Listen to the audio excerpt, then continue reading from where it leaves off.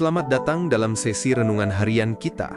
Hari ini, kita akan menyelami sebuah perjalanan rohani yang mendalam, sebuah transformasi dari debu pertobatan menuju api perutusan. Kita akan dipandu oleh 3 spiritualitas gereja yang saling melengkapi, yaitu Santo Ignatius Loyola, Santa Teresia dari Kalkuta, dan Santo Fransiskus Assisi. Perjalanan ini khususnya dalam rangka menyambut yubileum 800 tahun transitus Santo Fransiskus Assisi dari tahun 1226 hingga 2026 akan kita bahas secara rinci, diambil dari sumber meditasi dan renungan harian I Thirst 2, perjalanan rohani dari abu menuju api perutusan.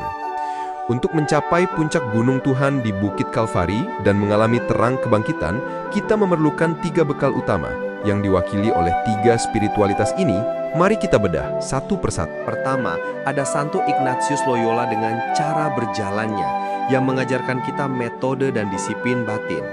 Ignatius memberi kita peta jalan bukan hanya tentang doa, tetapi tentang bagaimana menata hidup secara menyeluruh. Dalam latihan rohaninya, ia menulis, manusia diciptakan untuk memuji, menghormati, dan mengabdi Allah Tuhan kita. Karena itu, ia harus bersikap lepas bebas terhadap semua sarana hidup. Ignatius mengajarkan kita discernment atau pembedaan roh, agar kita mampu membedakan suara ego dari suara Tuhan. Ia melatih kebebasan batin agar keputusan hidup kita tidak lahir dari kelekatan yang tidak teratur, melainkan dari kasih yang jernih. Singkatnya, Ignatius mengajarkan kita bagaimana berjalan. Kemudian, ada Ibu Teresia dari Kalkuta dengan motivasi dan apinya, yaitu intimasi dan aku haus. Jika Ignatius menata pikiran dan kehendak, Ibu Teresia membakar hati. Bagi Ibu Teresia, pusat segala spiritualitas adalah seruan Yesus dari salib, aku haus, seperti yang tercatat dalam Yohanes bab 19 ayat 28. Dalam Come Be My Light, dan ditegaskan oleh Joseph Langford dalam Mother Teresa, Secret Fire. Seruan ini bukan sekedar ungkapan fisik, melainkan misteri terdalam cinta Allah yang merindukan balasan kasih manusia. Spiritualitas ini mengingatkan kita bahwa disiplin rohani bukan tujuan akhir. Tujuannya adalah memuaskan dahaga Kristus akan cinta dan jiwa-jiwa. Ibu Teresia mengajarkan kita mengapa berjalan. Ketiga, ada Santo Fransiskus Assisi dengan arah dan tujuannya, yakni persaudaraan semesta. Dalam tahun jubileum 800 tahun transitusnya, Fransiskus menjadi kompas yang mengarahkan pertobatan pribadi menuju rekonsiliasi semesta.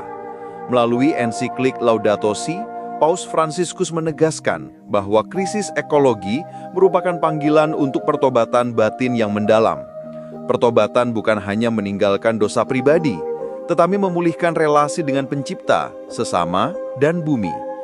Dalam Fratelli Tutti, Paus Fransiskus menulis bahwa dasar terdalam bagi dialog ialah keberadaan kita sebagai anak-anak dari satu Bapa. Fransiskus Assisi hidup sebagai saudara bagi semua, bahkan bagi matahari dan bulan.